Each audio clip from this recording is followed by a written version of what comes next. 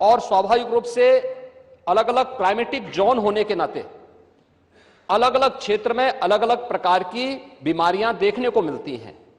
जैसे आप eastern UP से चलकर के नेपाल की तराई से लेकर के सहारनपुर तक देखेंगे तो इंसेफ्लाइटिस से पूरा क्षेत्र प्रभावित था। अगर आप बरेली और बदायूं और उसके आसपास के क्षेत्र को देखेंगे तो ये क्षेत्र मलेरिया से ज्यादा संक्रमित रहता था।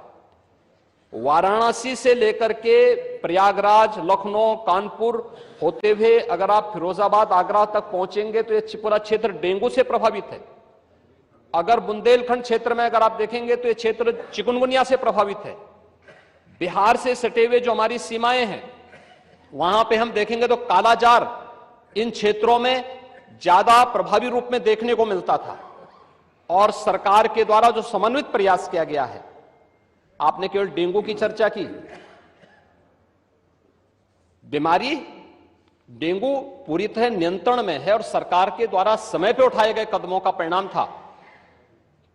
एक प्रकार का ये फ्लू हो गया है, फ्लू है, आता है, इसका एक अपना एक साइकिल इसका होता है।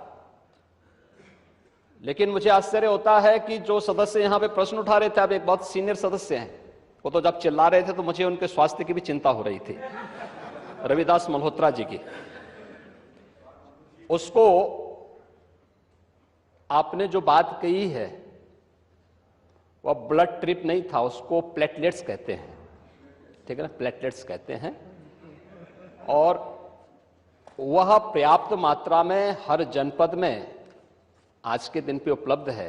ब्लड सेपरेटर यूनिट, पहले होता क्या था कि हम होल ब्लड चढ़ाते थे। हर एक पेशेंट पे होल ब्लड की आवश्यकता नहीं, खासतौर पर वायरल जनित जो ये बीमारियां होती हैं जिसमें डेंगू है या बहुत सारे ऐसे वायरस आते हैं जो प्लेटलेट्स काउंट को कम करती हैं। उन स्थितियों में प्लेटलेट्स की अतिरिक्त आपूर्ति के लिए उस व्यक्ति को उसको बाहर से चढ़ानी पड़ती है। इसके लिए हर जनपद में ब्लड सेपरेटर यूनिट दी जा चुकी है, वे काम करनी शुरू की है। वहां पे हर जगह सरकार के स्तर पर बेहतर प्रयास हुआ है। और जहां तक नेता प्रतिपक्ष के द्वारा यह कहा जाना कि साहब प्राइवेट हॉस्पिटल में, याद रखना ये डबल इंजन की सरकार है, ये केवल बोलती नहीं करके दिखाती भी है। प्रदेश के अंदर 10 करोड़ लोगों को आयुष्मान भारत और मुख्यमंत्री जन आरोग्य योजना के अंतर्गत 5 लाख रुपए सालाना स्वास्थ्य बीमा का कवर भी ये सरकार उपलब्ध करा रही है। वह किसी भी पैनल्ड हॉस्पिटल में, वह सरकारी हो, सरकारी में सारी सुविधाएं फ्री में हैं, लेकिन किसी भी प्राइवेट हॉस्पिटल में जाता है तो वहां वे सुविधाएं मिल रही हैं। और ये पूरा सदन गवाह है कि हर माननीय सदस्य को इस सदन के द्वारा अपनी निधि से ही 25 लाख रुपए सालाना देने का अधिकार दिया गया है। और यही नहीं, मुख्यमंत्री राहत कोष से हम चेहरा देख करके पैसा नहीं देते हैं। कोई भी व्यक्ति जो भी आवेदन करता है, कोई भी पीड़ित हो, उसकी जाति, उसका मत, उसका मजहब नहीं देखा जाता है, बल्कि वो पीड़ित राज्य का नागरिक है।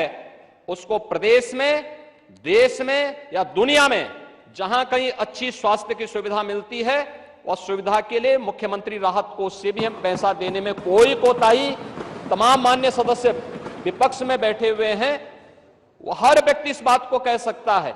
उनके प्रस्ताव आते हैं बिना किसी भेदभाव के, हमने उसके लिए भी धनराशि उपलब्ध कराई है।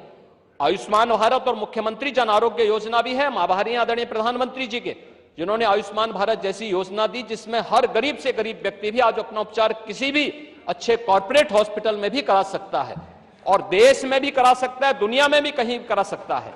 हर वर्ष की सुविधा उसको मिली है। मुख्यमंत्री जन आरोग्य योजना की सुविधा भी उसे दी गई है।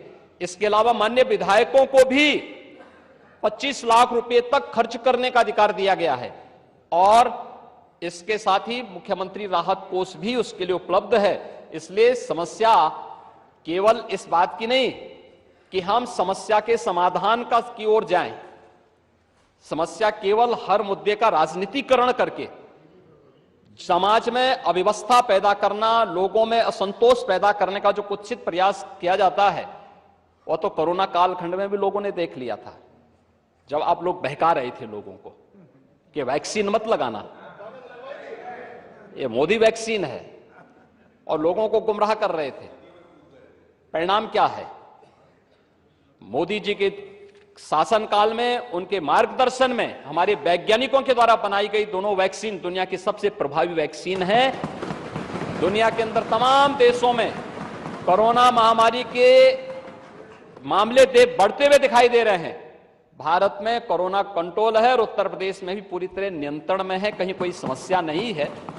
सरकार आपके द्वारा उठाए गए मुद्दों पर पूरी तरह सतर्क है और अब तो इसके मामले वैसे भी समाप्ति की ओर है। बरसात के समय जल जमाव वाले क्षेत्रों में, अन्य क्षेत्रों में इस प्रकार की बातें देखने को मिलती हैं और ये केवल डेंगू के मामले नहीं होते, इंसेफ्लाइटिस के भी मामले होते हैं, मलेरिया भी होता है, कालाजार भी होता है, चिकनगुनिया भी होता है। तो आपकी जानकारी के लिए, हो सकता है कि काफी दिन हो गए मंत्री पद से हटे हुए, तो आप भूल गए होंगे, तो आपके संज्ञान में लाने के लिए हमने दिया था।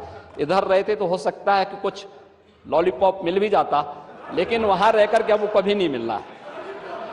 मैंने माननीय नेता प्रतिपक्ष को सुना, माननीय लालजी वर्मा जी को सुना, माननीय मंत्री जी को सुना। ये नियम 56 के अंतर्गत नहीं है, तो इसको अध्यक्ष महोदय, अगली सूचना। महोदय, माननीय नेता सदन की मैंने बात सुनी और वो लगा कि थोड़ी देर के लिए लगा कि वो MBBS डिग्री हासिल किए हुए हैं, डॉक्टर लगे। वेक्टर बोर्न डिजीजेस के बारे में उन्होंने चर्चा की।